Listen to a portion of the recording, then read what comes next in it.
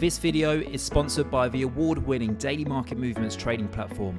To open a live or demo account, simply visit dmmtradingplatform.com. Hello guys, it's Max here from Daily Market Movements. Welcome to another episode where today we're going to be analysing the S&P500 futures chart ahead of this new trading week that sits in front of us. But before I start today's video, let's just quickly scroll over to this page because I want to let you all know that if you would like to join my free analysis group, then please do not hesitate to scan this QR code on your screen. Completely free of charge, and it can be very beneficial for everyday traders.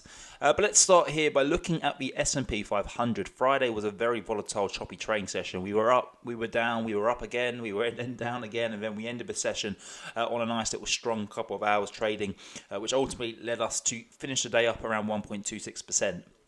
Early on this morning, though, we are rallying. We're up around 0.66%. Of course, this is the futures market, so once the market actually opens, we could easily be trading back down into negative territory. You definitely cannot rule that out, especially when the VIX is all the way up at 26.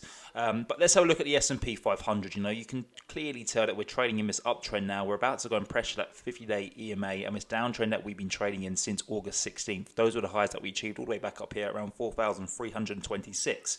Now, you have to recognize that we are entering into a seasonal bullish period, which of course is from midterm elections all the way through until year end. So, one cannot rule out a short-term rally. But I think the market that you really want to be paying attention to right now is the bond market. So here's the 10-year yield, currently trading at 4.14%.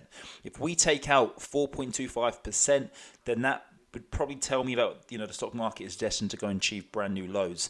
But again, on the flip side, we're kind of at a stage now where the 10-year yield market is starting to become very overbought. The bond market in general actually is starting to become very overbought in several time frames, such as the monthly and the weekly, with RSIs up near 80. So we are due a rollover here. It's looking quite toppy. We're kind of starting to lose the strength here in the bond market. We're not having such aggressive movements. We're edging up ever so slowly.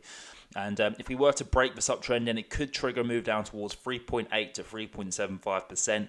And that, of course, would likely spark a nice short-term rally in the stock market.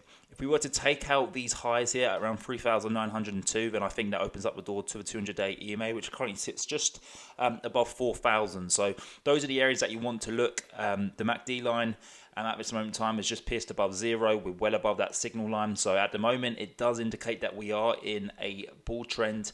And, that's definitely appropriate due to the gains that we've achieved since that October 13th low when that CPI reading come out.